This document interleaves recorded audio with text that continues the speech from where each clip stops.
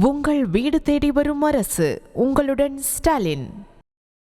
கிருஷ்ணகிரி மாவட்டம் ஹொசூரில் விரிசல் ஏற்பட்டதன் காரணமாக மேம்பாலம் வழியாக கனரக வாகனங்கள் செல்ல அனுமதியில்லாததால் ரிங் ரோட்டில் கடும் போக்குவரத்து நெரிசல் ஏற்பட்டுள்ளது. கூடுதல் விவரங்களோடு செய்தியாளர் ஆனந்த் பாபு இணைப்பில் இருக்கிறார். ஆனந்த் பாபு, வணக்கம். இந்த டிராஃபிக்கை கண்ட்ரோல் பண்றதுக்கு என்ன நடவடிக்கை மேற்கொள்ளப்பட்டிருக்கு? எவ்வளவு நேரமாக இந்த சூழல் ஏற்பட்டிருக்கு? வணக்கம் கனிமொழி. ஒசூர் மாநகராட்சி ரிங் ரோடு சாலையில் போக்குவரத்து நெரிசலால் வாகனங்கள் அணிவகுத்து நிற்கக்கூடிய கழுகு பார்வை காட்சிகளை பார்த்து வருகிறோம்.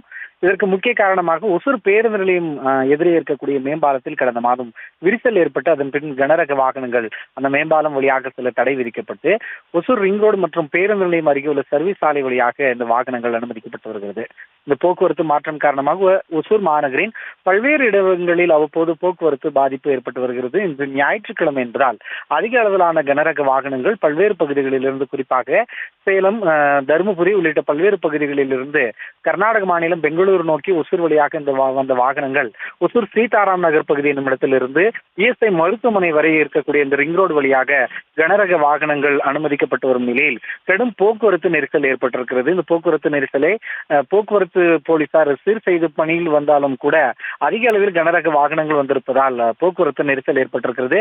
இதே போல ஒசூர் மாநகராட்சி பாகலூர் சாலையிலும் சாலை விரிவாக்க பணிகள் நடைபெற்று வருவதாலும் போக்குவரத்து பாதிப்பு ஏற்பட்டிருக்கிறது. போலீசார் என்ன செய்வதென்று தெரியாமல் வாகனங்களை சீர் செய்யும், அதாவது ஒழுங்குபடுத்தும் பணியில் ஈடுபட்டிருக்கிறார்கள். சாலை விதிகளை பயன்படுத்தி வரக்கூடிய வாகனங்களை அனுமதித்து வருகிறார்கள். கடும் போக்குவரத்து நெரிசலானது கடந்த ஒரு மாதமாக ஒசூர் பகுதியில் இருந்து வருகிறது. குறிப்பாக விடுமுறை நாட்களில் அதிக அளவிலான போக்குவரத்து நெரிசலை நாம் பார்த்து வருகிறோம். இதனை சீர் செய்ய வேண்டும் எனவும் விரைந்து இந்த மேம்பால பணிகளை முடித்து பாகலூர் சாலை பணிகளை முடித்தால் மட்டுமே இந்த போக்குவரத்து பாதிப்பிற்கான ஒரே தீர்வாக இருக்கும் என பலரும் தெரிவித்து வருகிறார்கள். கனிமொழி, விவரங்களுக்கு நன்றி ஆனந்த் பாபு. உங்கள் வீடு தேடி வரும் அரசு. உங்களுடன் ஸ்டாலின்.